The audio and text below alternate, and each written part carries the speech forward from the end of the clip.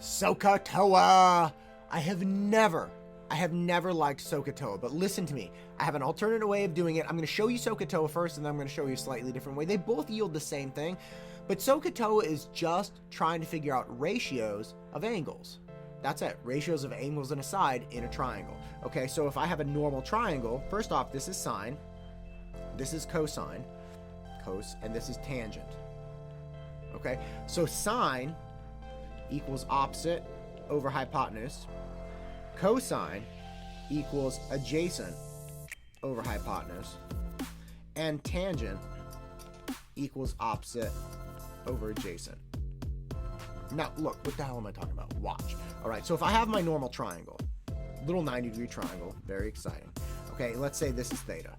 All right, theta is just a variable for an angle, so don't freak out when I say theta. So that's theta. All right, the adjacent side is this guy because it's the little side that's touching theta. The big side that's touching theta is the hypotenuse, right? Because two sides are touching theta, this one and this one. Okay, but again, the biggest side, that's always the hypotenuse. The little guy that's still attached, that's adjacent. And then the side that's directly opposite, that's opposite. Not a big surprise here. So if we wanted to apply this, like let's say this is a 3, 4, 5 triangle. If we wanted to apply all of this, we'd say the sine of theta equals the opposite, which is 4, divided by hypotenuse, which is 5. The cosine of theta would equal 3 over 5, and the tangent of theta would equal the 4, which is the opposite, over the adjacent, which is the 3.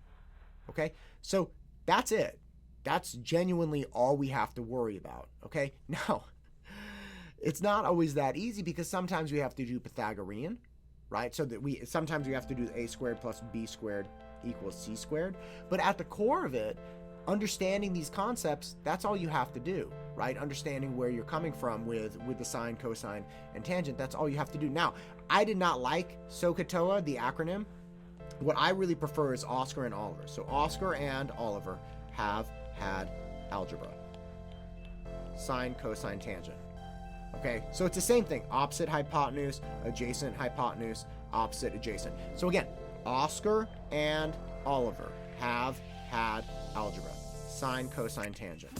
I don't know why, but that one always just made more sense for me. And if it makes more sense for you, fantastic. If it doesn't, I'm not that freaked out about it, but that's a way to do it. So let's try a couple of these, all right? I want sine, cosine, and tangent. Let's do this. Boom. Boom. Copy. Paste. For both of these. So I'm going to give you two triangles. I'm going to give you 4, 6, 8. And again, these triangles don't actually work. So if you actually put them in, don't be upset about it. And then this is the other one. A and B. So for the first one, I give you all three sides. Even though they're not accurate, don't get mad at me for that. The second one, I don't. I want to see what you do. So take your time, pause the video. Let's go from there. Okay, so the first one is cakewalk, right? Sine, oh, I forgot to give you the thetas. My God, ding dong today. So look, rock this one out. Give me the sine of theta, cosine of theta, tangent theta. Same thing down here, theta, theta, theta. My apologies for the delay there. So look, now pause the video. Tell me what you got. We'll go from there. Okay, so here we go. Sine of theta, that's this guy, is going to be the opposite, like we said before, over the hypotenuse, which is going to be the 6 over the 8. Okay, it can be reduced, fine, whatever. Cosine of theta is going to be the 4 over the 8. That's the adjacent over hypotenuse. And then tangent is going to be the opposite over the adjacent. 6 over 4. Not a big deal, right? Now, let's look at this next one, because this one's a little tasty beast. What you have to do is recognize you don't have all three sides, but we do have a 90-degree triangle, and we do remember a squared plus b squared equals c squared. So in that way, we can find the hypotenuse. Even if we don't like the way it looks, it still works. So check this out. All we do is we say, all right, well, this is actually a, and this is actually b. So c is going to equal the square root of a squared plus b squared. Okay, so for this last side, we're going to do a squared plus b squared.